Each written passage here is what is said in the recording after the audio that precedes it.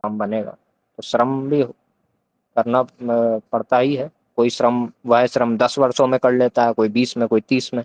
तो अंतर केवल इतना ही होता है, फल प्राप्त होता ही है, जहाँ पे दृढ़ मनोभाव हो फल प्राप्त होता ही है। परंतु फल फिर वो निर्भर हो जाता है श्रम पे। कोई वो श्रम 40 वर्षों में करेगा तो फिर बुढ़ापे में कहीं सीएम बनेगा। कोई वह श्रम 10 वर्षों में कर लेगा तो युवा में बन जाएगा। इतना अंतर है केवल, तो उनके श्रम के अनुसार।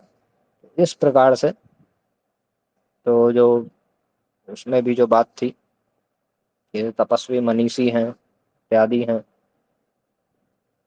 तो उन्होंने भी उनके, एक बात यह है, एक बार पहले भी हमने बताया कि जो जिसके लिए जिसका जो जन्म हुआ होता है वह वही कार्य करता है।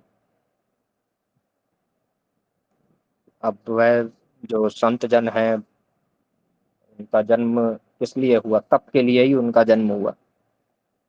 संसार ऐसा ही है, तप के लिए तपस्वी प्रवृत्ति उनकी रही।